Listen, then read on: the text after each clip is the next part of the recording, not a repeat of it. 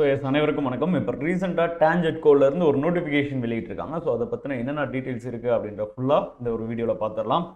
கிட்டத்தட்ட டான்ஜெட்கோல இருந்து இப்போ ரீசெண்டாக ஒரு நோட்டிஃபிகேஷன் வெளியிட்டிருக்காங்க. அதாவது அப்ரெண்டிஸ்ஷிப்காக கொடுத்துருக்காங்க.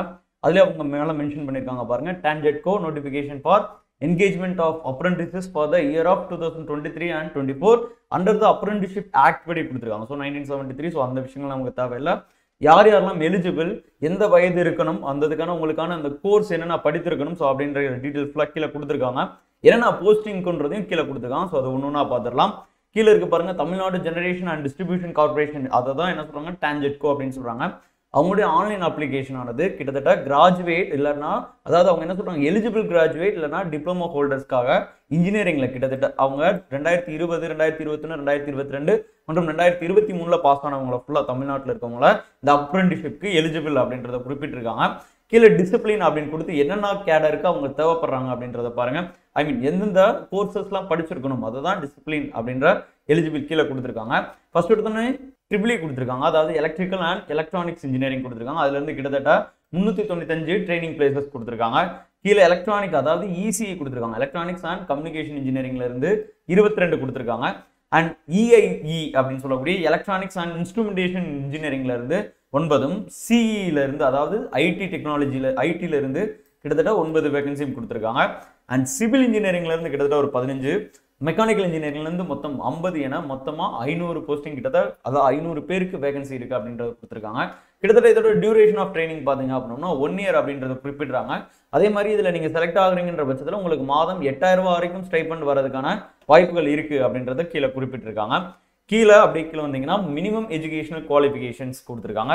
அதில் கேட்டகரி 2 பார்த்தீங்க, அதாவது டெக்னீஷியன், அதாவது டிப்ளமோ படித்தவங்களுக்கான அப்ரெண்டிஸ்ஷிப்பில் நீங்கள் diploma in engineering or technology, அதாவது அவங்க கொடுத்துருக்க டிசிப்ளின் கேடரில் நீங்கள் அந்த இதுக்கு ஏற்ற மாதிரி நீங்கள் உங்களுடைய கோர்ஸ் வச்சிருக்கின்ற பட்சத்தில் கண்டிப்பாக அதை நீங்கள் அப்ளை பண்ணிக்கலாம். ஸோ மற்ற டீட்டெயில்ஸ்லாம் உங்களுக்கு தெரியும். அண்ட் ஏஜ் அவங்க கொடுத்துட்டாங்க, அப்ரெண்டிஸ்ஷிப் ரூல் படி கிட்டத்தட்ட ஏஜ் இருக்கணும். சார் எனக்கு என்ன ஏஜ் இருக்கும் அப்படின்னு பார்த்தீங்கன்னா, கிட்டத்தட்ட நீங்கள் 12th முடிச்சிருக்கணும், இல்லை அப்படின்னோம்னா 12th முடிச்சு இன்ஜினியரிங் முடிச்சிருக்கணும்.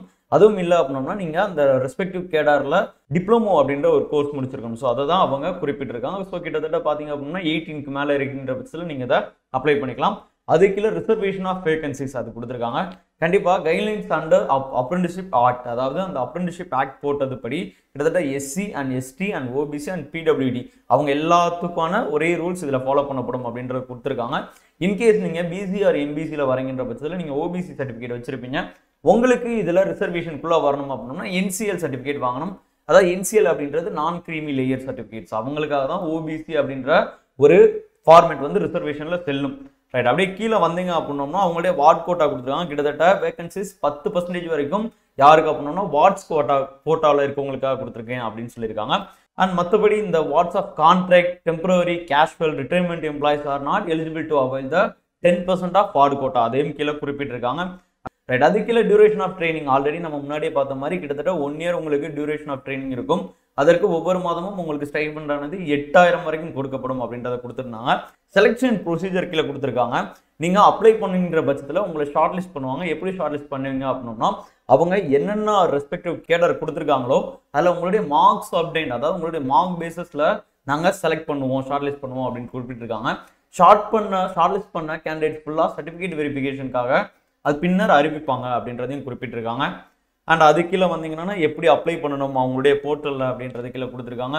அந்த போர்ட்டல் கொடுத்துருக்காங்க. ஸோ அவங்களுடைய ஸ்டெப் பை ஸ்டெப்பாக என்னென்ன ப்ரொசீஜர்ஸ் இருக்குன்றத இதில் பார்த்து நீங்கள் அப்ளை பண்ணிக்கோங்க. அவங்களுடைய வெப்சைட்ஸும் இதிலே கீழே குறிப்பிட்டிருக்காங்க. கீழே வந்தீங்கன்னா இதுதான் முக்கியமானது, சில போஸ்டிங்க்கு சில அப்ரெண்டிஸ் ப்ரோக்ராமுக்கு என்ன பண்ணுவாங்க அப்படின்னா டிஏ இல்லைன்னா டிஏ அப்படின்றது ப்ரொவைட் பண்ணுவாங்க. அதாவது டிராவலிங் அலோன்ஸ் அப்படின்னு சொல்லுவாங்க. இப்போ நீங்கள் மதுரையிலேருந்து இப்போ எக்ஸாம்பிளுக்கு நீங்கள் இப்போ நார்த் இந்தியா பக்கமோ, இப்போ இது எக்ஸாம்பிளுக்கு அதுவும் இல்லை சென்னை பக்கம் போகிறீங்க அப்படின்னா உங்களுக்கான டிராவலிங் அலோன்ஸ் கொடுப்போம் அப்படின்னு சில இடத்துல அறிவிப்பாங்க.